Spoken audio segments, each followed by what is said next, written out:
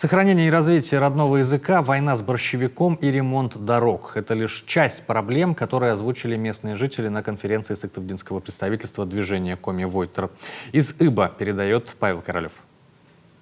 На сегодняшний день в сыктывдинских школах 2812 ребят изучают коми-язык. Такие цифры озвучивают делегаты. Вообще, тема родного языка красной нитью проходит через все районные конференции. Но Коми Войтер всегда поднимал проблемы не только коренного населения, но и всех жителей республики. Так, многих делегатов интересовала судьба многострадального социокультурного центра в Пажге. Объект начали возводить еще 8 лет назад. Но через год начала строительства работы забуксовали. Выявились многочисленные нарушения и от услуг подрядчика отказались. После долгих судебных мытарств и нескольких лет простоя здания, в мае этого года на стройплощадку вышел новый подрядчик.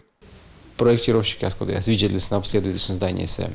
Проектировщики осмотрели здание и дали заключение, что его можно достроить. Конечно, крышу, потолок, стены придется разобрать, и останется только один каркас. Скорее всего, было бы проще все разрушить и построить новое здание. Но таких денег в бюджете нет. Поэтому была поставлена задача завершать строительство. Во время демонтажа появились и скрытые проблемы в конструкции, которые не смогли увидеть проектировщики. Но работа потихоньку идет. Планируем все закончить в 2023 году.